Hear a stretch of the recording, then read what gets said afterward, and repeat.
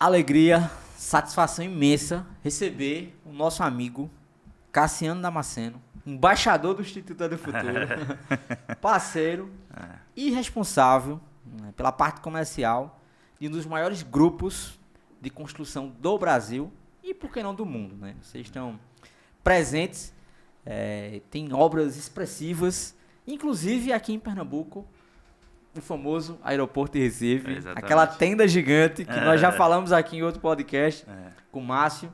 Então, o Iron Man Cassiano Damasceno nos dando a honra de estar aqui hoje no nosso humilde estúdio de podcast para falarmos sobre competência do futuro, transformação social, educação, valores, família. Que bom. Você é um homem de Deus, um homem que é um exemplo, né, de pai, de esposo. Obrigado. Quem te segue sabe da quantidade de valores e princípios que você tem. E nessa geração, né, Cassiano, que está se perdendo isso, você é um Iron Man à moda antiga. Meu amigo, satisfação, alegria grande ter você aqui conosco hoje. Passando por Caruaru, né? É verdade. Muito obrigado aí pelo espaço, mais uma vez. Carinho enorme por vocês. Pelo trabalho que vocês desenvolvem, por esse projeto incrível. Cada vez eu fico mais apaixonado aí de conhecer e ver esse espaço de vocês aqui incrível.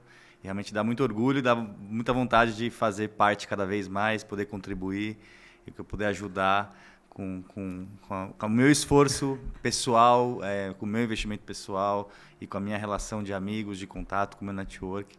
Conto sempre com o meu apoio, porque a gente tem que realmente se utilizar dessas obras, que eu sei que é muito além do que não é físico, é uma questão realmente de valores, como você bem colocou, e a gente acredita muito nisso, não você fazer o bem para um outro, através de um projeto como esse, sério, realmente com propósitos claros.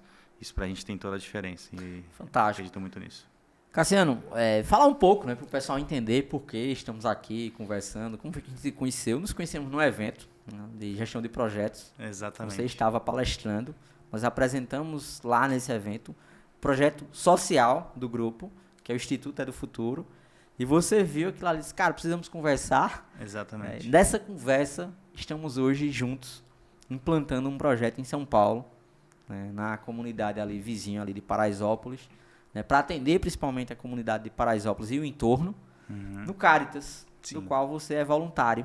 Sim. Né, tem uma história com o Caritas, está ativo também na igreja, você tem uma participação com a sua família, né, completa. Exatamente. Na igreja, e tem essa parte social, que é um dos principais, eu acredito, um dos principais braços do CPF de Cassiano. Com certeza. É o voluntariado, a dedicação em prol do outro, ao servir.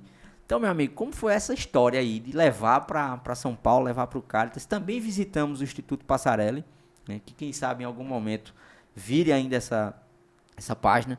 Precisamos de um case, né, para mostrar, para as pessoas entenderem também como funciona. O mundo está cansado, né, Cassiano, de promessas. Sim. E muitas Exatamente. empresas que prometem muitas soluções, institutos, inclusive, ONGs, fundações e por aí vai. O Brasil, ele infelizmente tem esse problema, né? Esse detalhe ruim, que são pessoas que deviam, de fato, estar na ponta, levando transformação, mas não estão. Exatamente. Isso gera também uma desconfiança. Mas por que Paraisópolis? Por que Caritas? E qual a participação de Cassiano na comunidade? Como é que isso nasceu, meu amigo? Perfeito. Então, vamos começar lá do início da questão, do questionamento. Primeiro, a minha área hoje de atuação é na área de engenharia, de construção civil, infraestrutura, com grandes obras de projetos, tanto de edificações como de infraestrutura, em especial aeroportos, que a gente está com 7 hoje em construção pela Passarelli. E a minha atividade principal hoje é levar essa engenharia de valor da Passarelli para as empresas, para os investidores, para os fundos de investimento, para esse monte de empresas internacionais que vêm hoje investindo em operações aqui no Brasil. Então, realmente, essa é a minha função, que eu faço com uma paixão também, que eu acredito.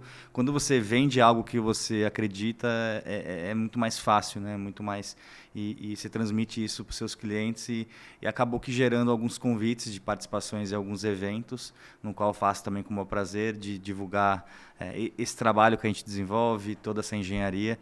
E um desses convites foi o convite do PMI, aqui da Paraíba, o qual eu vim fazer uma palestra para falar um pouquinho do case da nossa obra do aeroporto de Recife, que é realmente uma obra bem interessante, com muitas particularidades, um grande contrato que envolveu mais de 1.500 colaboradores e um nível de planejamento realmente muito interessante.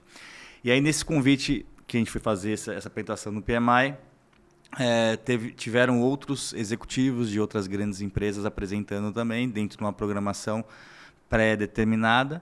E aí, para minha grata surpresa, né, num dos intervalos entre as palestras, que não estava isso no script, talvez você ache que foi até o que me pegou mais de surpresa e realmente acho que me chamou muita atenção, apareceram um grupo de jovens lá no auditório, lá no Centro de Convenções, para falar um pouquinho sobre o projeto do É do Futuro. E desde então, na minha relação com o Márcio, com as pessoas do PMI ali, eu nunca tinha conversado sobre esse carinho que eu tenho pelo projeto do Caritas lá em São Paulo, que é uma coisa que acompanha a minha história, a minha família há 20 anos, né? E é um trabalho lindíssimo também, que a gente tem muito orgulho, e que começou também com nada, no terreno baldio, com containers, e acho que desde então a gente sempre serviu lá, eu, a minha esposa, os meus filhos, eu falo que eu e minha casa serviremos ao Senhor, acho que é um slogan que eu adoro muito e faço isso realmente de coração aberto e levar essa mensagem para os jovens, sabe? Então, e tem muito para falar sobre isso, para discorrer, porque realmente eu gosto muito. Às vezes não é nem não é eu querer ensinar, sabe? Mas é eu querer partilhar, é eu querer contribuir com ele, com a sua história de vida, com o seu testemunho. E acho que o principal, fazer com que ele sonhe, sabe? Que acho que a principal coisa que o jovem não tem hoje é essa questão do sonho. Então, enfim, gosto muito e participo ativamente desse projeto do Caritas. E quando estava naquele evento empresarial, com vários investidores, com várias empresas do setor, executivos, e ver aquele grupo de jovens ali me chamou a atenção e para mim realmente foi uma coisa que no intervalo eu não fui falar com ninguém a não ser com vocês ali para poder fazer essa troca de cartões, apresentação. De novo, também sem nenhum propósito específico, apenas para falar assim, acredito muito e parabéns pelo trabalho que vocês vêm desenvolvendo, porque eu tento de alguma forma também contribuir com uma comunidade, com jovens lá na minha região, na minha área onde eu resido. Então, eu acho que se a gente puder fazer um pouquinho por alguém, isso faz toda a diferença, né? Então, acho que é uma coisa que isso para mim me enobrece muito, me enche de orgulho. E conhecer o projeto aquele dia foi, acho que, um pontapé inicial aí de uma relação que a gente tem estruturado aí, consolidado nesse período. Cara, que legal. Cassiano, você falou algumas palavras, entre elas você falou sonhos. Os sonhos é uma coisa que há alguns estudos que relatam, e se você tem essa experiência prática, nós também temos, de visitar comunidades. E é uma coisa incomum, esses jovens, principalmente de periferia ou de lugares mais remotos, eles perderam a capacidade de sonhar. E isso é horrível, porque se o ser humano não sonha, ele não tem também o desejo, de sair daquele lugar, daquele ambiente, daquele habitat. Hoje, a gente, por muito tempo, nós romantizamos a vida na comunidade, a vulnerabilidade, precisa de assistência, precisa de ajuda, precisa de tudo. A verdade é essa. Não tem infraestrutura. Tem lugares que o Estado nunca chegou, com nada. Então, se você leva para esses meninos esperança, leva essa capacidade de sonhar, acredito que você implanta a principal chave que você pode colocar na cabeça de alguém, é ele entender que ele não é dali. Nós somos estrangeiros numa terra, é assim que a Bíblia nos ensina. Sim. Nós somos estrangeiros aqui na terra. Nós somos de outra terra, nós somos cidadãos do céu, e, cara, não fomos feitos para viver a vida que muita gente está vivendo. Não foi isso que Deus planejou para a humanidade, não foi isso que Deus planejou para o ser humano. Mas se você leva essa capacidade, esse desejo de sonhar, acho que você leva também, junto com isso, a gente leva exorcismo, A gente exorciza uma pessoa, porque se você leva luz para um ambiente que só tem miséria, só tem coisa ruim, você de forma involuntária, você apresenta Cristo para aquelas pessoas, Então não precisa, às vezes, se for preciso, pregue, Se for preciso, pregue. Mas sua vida, sua história, você dedicar tempo, tá lá na comunidade, fazer isso acontecer, e, cara, isso é fantástico.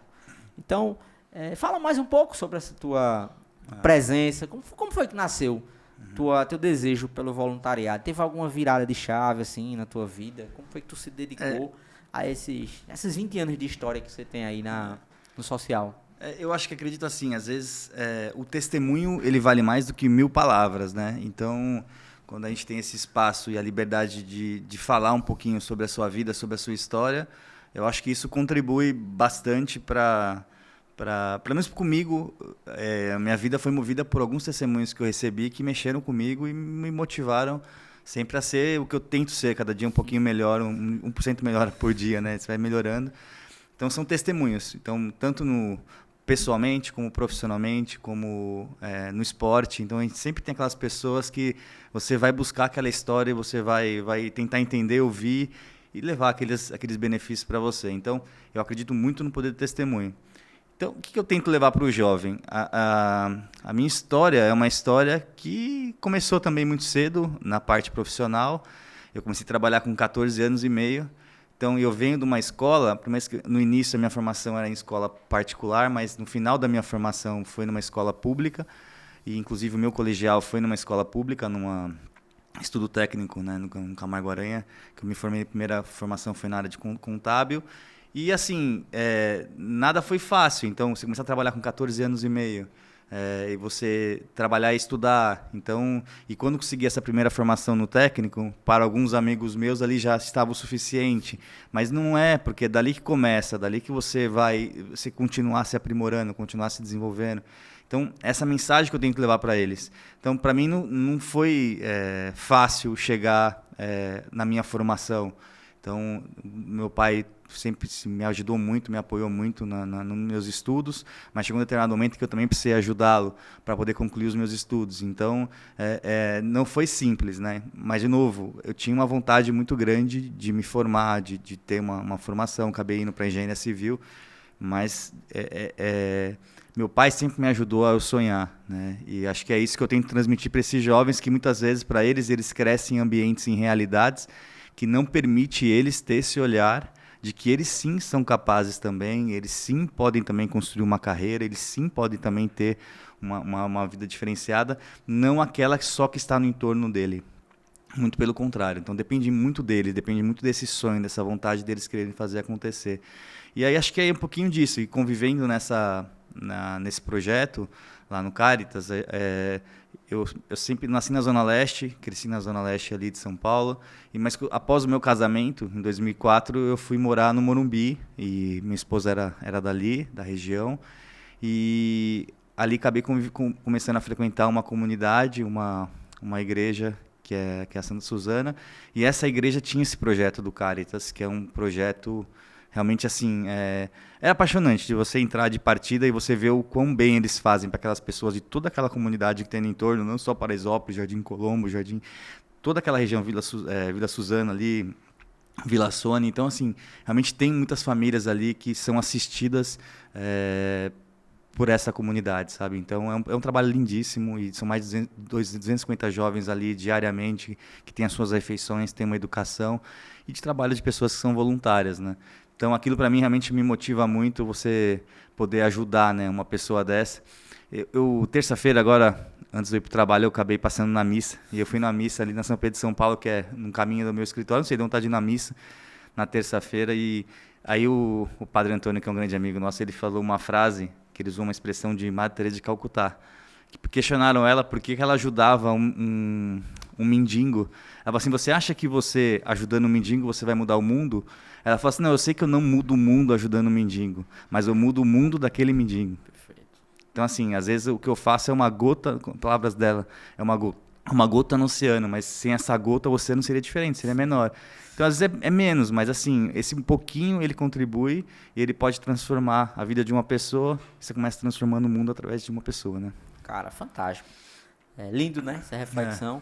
E outra dor, Cassiano, também, nós encontramos principalmente nas periferias, são crianças que não têm referência do pai. Você acabou de citar, né, que uma das pessoas que te motivava, que te ajudou a ser quem você era o seu pai. E veio hoje você fazendo isso também com seus filhos. Uhum. Você é um pai extremamente presente, uhum, e muitas vezes sendo um pai adotivo, né, de tantos outros jovens que não têm essa referência paterna. Uhum. Então, assim, Que provocação, velho, tu deixaria para quem nos ouve, para quem nos assiste, para falar sobre ser pai, né? A obrigação do cara que é pai, que às vezes não entendeu isso, né? Que ele tem esse poder de fazer a diferença na vida do filho. E para essas crianças que não têm pai, como eles encontrarem nas nossas histórias, né? Exemplo para aqueles, pô, eu não tenho meu pai, mas eu posso ser um pai um dia. Eu vou encerrar o ciclo. Eu vou encerrar esse ciclo e vou fazer diferente. O que tu faria? O que é que tu diria aí para o pessoal? Tem uma frase que agora eu não vou lembrar de quem que é a autoria, mas eu sempre ouço essa frase, ela faz todo sentido para mim, assim, né? Quer mudar o mundo? Comece mudando a sua casa, sabe? Então, assim, volte para casa pô, cuide da sua família, né? Acho que a sua igreja doméstica, a sua casa é o principal ponto onde você começa a transformação do mundo, né? Então, aquele ambiente familiar, a importância, sim, de você transmitir os seus valores para os seus filhos. Nesse mundo tão difícil de hoje, cara, não a realidade nossa do dia a dia, essa tecnologia em excesso, né? Poder de informação, e o jovem acha que sempre sabe tudo, mas ele sabe aquele conhecimento daquela coisa que é informada de uma forma rápida. Então, e para o jovem também, ouça mais as pessoas que são mais experientes, né? Ouça essa história de vida, tem uma bagagem que carrega por trás, né? Que contribui muito para a formação deles. E o pai ser presente, né? O pai, acho que o maior presente que Deus nos dá é a contribuição de você educar, e de criar e de conduzir um filho, né? E assim, tenho 3 filhos, né? O Cássio de 16, a Júlia de 13 e a Maria de 11. E assim, o tempo passa, né? Impressionante. Parece que foi ontem que eles nasceram. Já, o Cássio está maior do que eu, já, impressionante. E assim, com valores muito fortes, né? Ambos seguindo o que a gente faz, tanto com desejos profissionais de fazer uma carreira também nessa área de engenharia, como eles mencionam. A Júlia quer ir para o lado mais da medicina, que a gente vai ter muito orgulho também de ter uma médica em casa. E se Deus quiser, não medirei esforço para apoiá-la para realizar os sonhos dela. E a parte de esportes, eles veem você praticando esporte, querendo fazer o esporte também, e tem já as suas atividades já. Então, para mim, assim, acho que é realmente incentivar, motivar, estar presente e poder realmente levar para eles um pouquinho do nosso sonho também, né, do que a gente sonhou e conseguiu realizar, e de que eles podem também sim sonhar, podem buscar, podem esperar, que realmente nosso Deus é muito bom, né? Então, amém. Cara, Cássio, jogador de basquete, isso, dos bons. Isso. E Júlia, eu vi que ela tá agora na bike, né? A Júlia começou a pedalar com a gente, fazer triatlon com a gente, determinada, focada, e assim, às vezes a gente se divide, né? Porque nossos treinos são muito cedo, a gente acorda 4 e pouco da manhã, e às vezes tem a rotina dos outros, né? Então, para levar para a escola, às vezes não consegue eu e a Juliana juntos, mas aí a Júlia está sempre ativa ali, predisposta para ir com quem for, para pedalar, determinada. A Júlia tem uma persistente, resiliente. Cara, vamos falar de esporte. Bora. Para entrarmos no nosso último bloco, que eu sei que você está com uma agenda gigante. Não, fica tranquilo. A sua agenda vale muito, né? Então, esse tempo aqui conosco ele é precioso. Falar de esporte para falar de competências do futuro, sobre essa engenharia do futuro, já pegando o gancho dessa juventude que muitas vezes só quer a informação rápida, resumo do ChatGPT. Isso, exatamente. Né? Resumo do resumo. Como essa galera, fica a provocação, não vai responder agora, estará, né, e fará grandes obras com 1.500 pessoas, 2, 3, 4 mil, 5 mil pessoas, obras, cifras milionárias. Você falou uma vez aqui para mim, a partir de quantos milhões vocês pegam obras. Como é que esse molecada vai ter acesso a isso? Só lendo o resumo do ChatGPT. Fica a provocação para daqui a pouco. Esporte. Cassiano é Iron Man. E um dia eu disse assim, cara, eu não conhecia nenhum Iron Man, tenho a oportunidade agora de conhecer você. Né? Tenho foto para provar que eu conheço um Iron Man. Irmão, como é que nasce essa parada do Iron Man na tua vida? E explica também pro pessoal, porque é um nome forte, nome bonito, mas o que é que você tem que fazer para ser um Iron Man? Tá. Assim, eu nunca... quando eu comecei a fazer atividade física, eu nunca pensei em fazer um Ironman. É uma coisa assim, que ela foi construída aos poucos, essa formação, essa preparação para o Ironman. Eu sei exatamente o momento que começou. começou por uma decisão minha de querer mudar a minha qualidade de vida, de querer mudar a minha rotina diária. Te falar até o dia que começou. Eu perdi um grande amigo, um desses jovens que estava comigo na comunidade. Foi em 3 de setembro de 2011 e foi uma grande perda. E me fez refletir muito naquele momento o que eu queria para mim. Como pai, estava com 17 quilos a mais, bebendo, tinha voltado a fumar. Então eu falei assim, estava com a saúde toda carente, it para todo lado, estomaquite, tudo que imaginar de problema de estômago, de tomando remédio todo dia. Eu falei, pô, por que isso, né? E eu comecei a fazer um esporte para melhorar a minha condição de saúde, pensando, pô, tinha o Cássio com 2, 3 anos ali, a Júlia recém-nascida, em dar uma qualidade, um pai melhor, em ser um pai melhor para eles, né? Com qualidade de vida pessoal. E aí comecei a fazer academia. O dia que comecei eu lembro o dia, porque foi exatamente o dia do aniversário do meu pai, foi 13 de setembro. E dali então não parei mais. Aí eu comecei a correr para perder peso. Meu objetivo era perder peso e viver melhor. Aí prova de 4 km, 5, 10. Aí isso em curto prazo de tempo. Me inscrevi para uma São Silvestre, que são 15 km. E aí, para mim, assim, aquilo foi um ápice, atingir completar uma São Silvestre. Para mim, eu me senti um super-herói. E assim, falei, vou fazer uma meia maratona. Aí da São Silvestre até a meia maratona demoraram 6 meses. Que a primeira meia maratona foi a do Rio de Janeiro, em junho do ano seguinte. E aí, nesse período, eu percebi que sozinho a gente não pode. Aí, aquela coisa, a minha vontade, a minha determinação, não pode ser sozinho. Você tem que estar acompanhado de bons profissionais. E todas as áreas têm os seus bons profissionais. Tanto a parte de nutrição, como a parte de fisiologia, como a parte de técnicos especialistas na parte de esporte, de planilha. Machuquei muito nesse período, mas foram muitas lições que me trouxeram. Mas aí, durante esse processo, eu falei assim, nunca mais vou fazer além do que uma meia maratona. Chega ao limite, é o suficiente. Eu brincava com um amigo meu, falava que ele já fazia maratona. Eu falei, esqueça, isso não é para mim. E resumindo, você faz uma, aí você faz 2, faz 3, faz 4. A hora que você pega, no ano seguinte, eu me inscrevi para maratona. Aí, de novo, é um esporte fantástico, de uma disciplina grande, de uma grande determinação, de um preparo para você correr 42 quilômetros.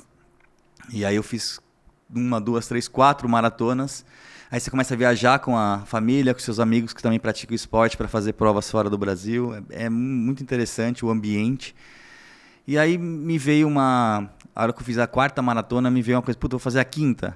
Aí eu falei, eu queria fazer algo diferente que realmente me marcasse. Que eu busco sempre essa evolução, essa construção, né?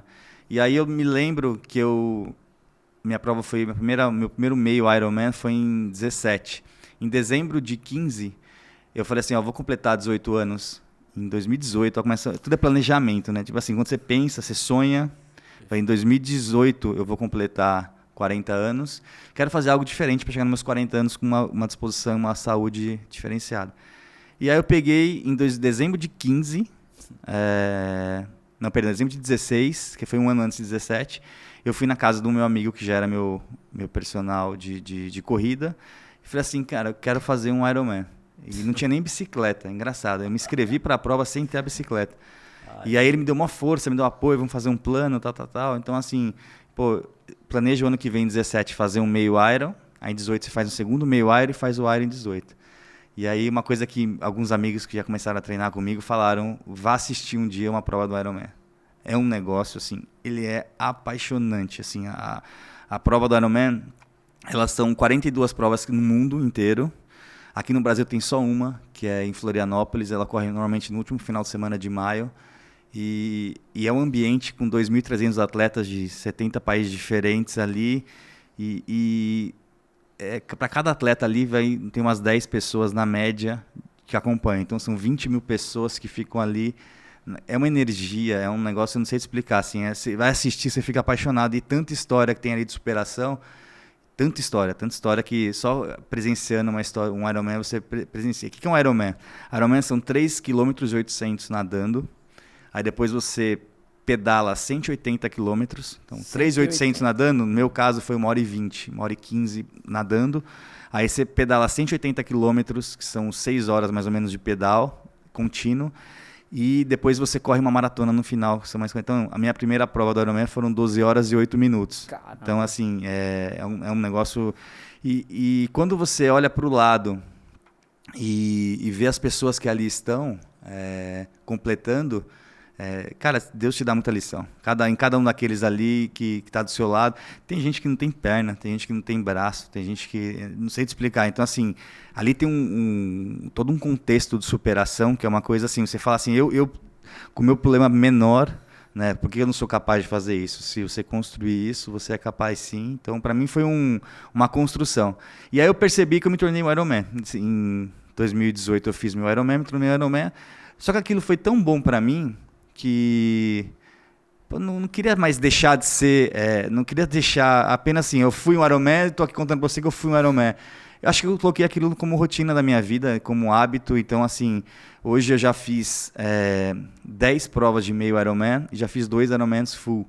A minha ideia é fazer o ano que vem fazer mais um full e continuar fazendo, porque assim, acho que o ser o Ironman para mim virou uma coisa para mim intrínseca ao Cassiano, que ele te traz muita essa questão de disciplina, de determinação, de propósito. Então, assim, pessoal e profissionalmente, né? Então, profissionalmente eu sempre brinco também que meu presidente que eu trabalho atual, um grande amigo, uma pessoa maravilhosa, e assim, ele sempre me apresenta, eu gosto da forma como ele me apresenta, às vezes não é nem como engenheiro civil, nem como diretor superintendente comercial da empresa, ele às vezes numa reunião ele me apresenta como um Ironman. Então assim, é gostoso isso, né? Porque assim, a gente começa a reunião às vezes escorrendo sobre esse tema, que é um tema realmente, eu acho que transmite, né, essa parte de planejamento, de disciplina, de determinação, de saúde. Eu acho que é uma coisa que agrega bastante.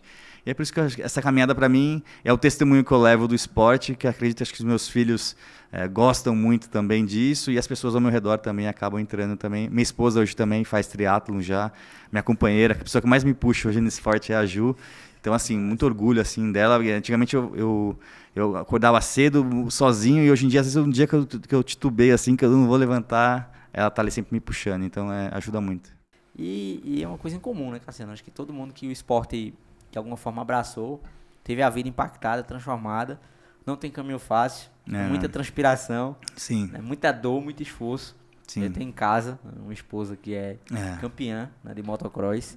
Que legal. Ela é campeã nordestina de motocross, campeã da Arena Brasil Nordeste, campeã pernambucana, campeã sergipana. Que bom. E foi quem implantou o motocross no Nordeste na categoria feminina.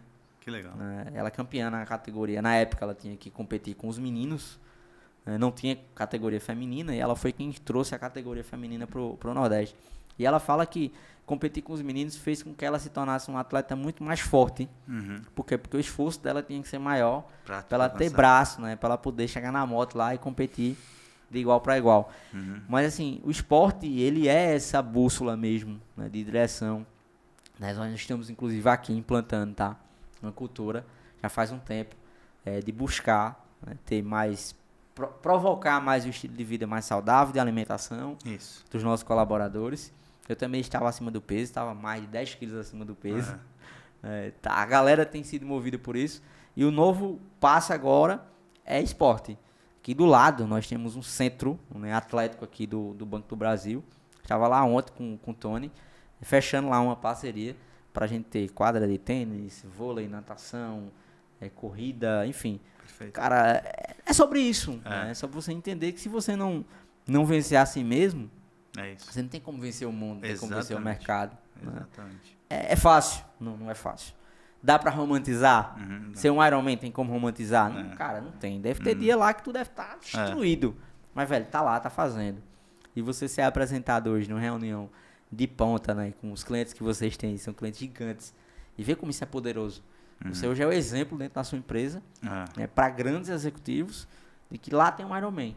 Né? E junto do Ironman vem o quê? Credibilidade, confiança. Dizer, velho, se o cara faz o que faz na bicicleta, na corrida e no nado, esse cara constrói qualquer coisa. Acho que na cabeça desses caras deve passar isso. Sim. Mas, Cassiano, para chegarmos na fase final, competência do futuro. Juventude, geração diferente, né? Um conflito geracional aí. Eu acho que é a primeira geração da humanidade a ter tanto acesso a ter tantas telas, a ter um conjunto de informação tão rápido. Né? Não há relatos na história humana. Não é a geração com mais expertise em construção, mas é a geração com mais acesso à informação. O que o Iron Man, o que o cara da engenharia de ponta deixaria de conselho para alguém que quer ser um profissional de alto nível nesse mundo atual? Eu acho que assim,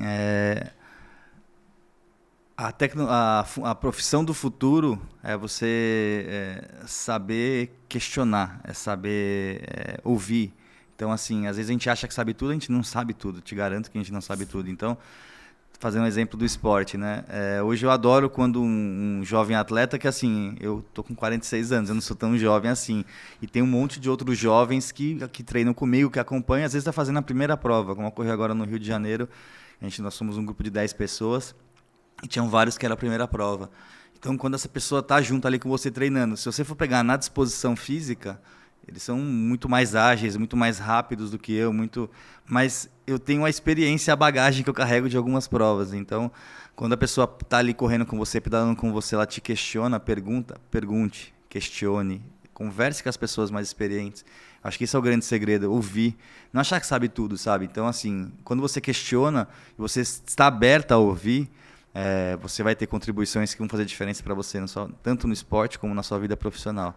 Na minha empresa que eu trabalho atualmente, ela tem 92 anos. A pessoa que senta do meu lado, que é um irmão para mim, eu falo, até vou chamar de pai, que ele vai ficar bravo comigo, mas assim, que é uma pessoa que eu considero muito, que é o Vlamir, ele tem 42 anos de empresa. Então, assim, o quanto uma pessoa dessa contribui com a sua formação é inexplicável. É um intangível que, de novo, que ele fala, eu paro para ouvir. Então, assim, porque eu sei que de alguma coisa ali ele vai me agregar e vai me acrescentar. Então, é isso que eu falo para o jovem, é saber ouvir. Então, ouça mais, questione mais, mas pare realmente para refletir, para ouvir. Eu acho que isso que faz diferença na formação de um jovem. Nesse mundo com tanta informação, com tanta coisa, e realmente você não sabe, às vezes, falta foco, às vezes, para você concentrar onde você tem que concentrar os seus esforços, o seu olhar. Mas eu acho que o caminho é esse, assim, é de você realmente sonhar, como a gente começou no início, ter a determinação de buscar e de correr atrás dos seus sonhos, mas também de saber construir isso com um testemunho dos outros, com pessoas que são referências para você, de buscar essa informação, sabe? Acho que tem esse exemplo, esse modelo. Cara, e um recado agora para a humanidade, que vai ficar eternizado, o podcast vai ficar aí. Qual recado? Um princípio e um recado que você daria ali, olhando para a câmera bem... Eita, essa não foi combinada. Para seus filhos, para a humanidade, um dia ter acesso e ir lá, olhar esse vídeo e dizer, poxa, o que Cassiano do presente falaria para esse Cassiano do futuro? Um princípio e uma reflexão, para a gente encerrar. Não, eu acho que eu e minha casa serviremos o Senhor. Eu acho que assim, eu acredito muito nisso e aprendi muito isso após ter casado com a Ju. E acho que a gente vem construindo nossa família com essas bases dos ensinamentos realmente cristãos e com valores muito fortes e com um direcionamento que eu acho que isso sim faz diferença nesse mundo onde tudo é tão fácil, tudo é tão acessível, tudo é tão... Então, você identificar realmente qual caminho você quer seguir e qual testemunho você quer deixar para essas pessoas, né? E, às vezes, assim, o falar é fácil, o executar é o difícil, né? Então, às vezes, o testemunho. Acho que quanto mais você puder também levar o seu exemplo, né, para essas pessoas, um exemplo ele vale mais do que 1000 palavras. Então, ser melhor a cada dia, você buscar realmente se aperfeiçoar a cada dia, continuar estudando, não parar nunca, profissionalmente, pessoalmente, espiritualmente. Acho que continuar estudando e continuar valorizando, né, as pessoas que estão ao seu redor, ao seu lado e contribuindo com essas pessoas. Acho que seria isso. Fantástico. Pessoal, que honra, que alegria. Viemos aqui falar com um dos maiores executivos do Brasil no ramo da construção, mas para falar sobre família, sobre propósito, sobre esporte, sobre princípios. O business fica de lado, né? Porque antes de qualquer profissional tem um ser humano. Né? Eu acho que isso que te faz alguém de alta performance e jogar o jogo que você joga, porque você é esse ser humano de alta performance. É um homem de Deus que Deus uniu nossos propósitos, né? A gente Verdade. usa essa frase aqui, né? Deus não une pessoas, ele une os propósitos. Verdade. E os nossos propósitos em comum foram unidos. E claro, você vai levar Boa. o boné da Edu Futuro, embaixador Obrigado. da transformação. Obrigado, gostei. E que esse boné, inclusive, ele já brincou, ó, o boné combina com o Combina relógio. De triatleta. Bacana, obrigado mesmo. Pessoal, gratidão, Deus abençoe vocês. Até o próximo. E a gente encerra com essa imagem linda de Cassiano com o famoso boné da Edu Futuro. Obrigado. Até mais. Valeu, pessoal.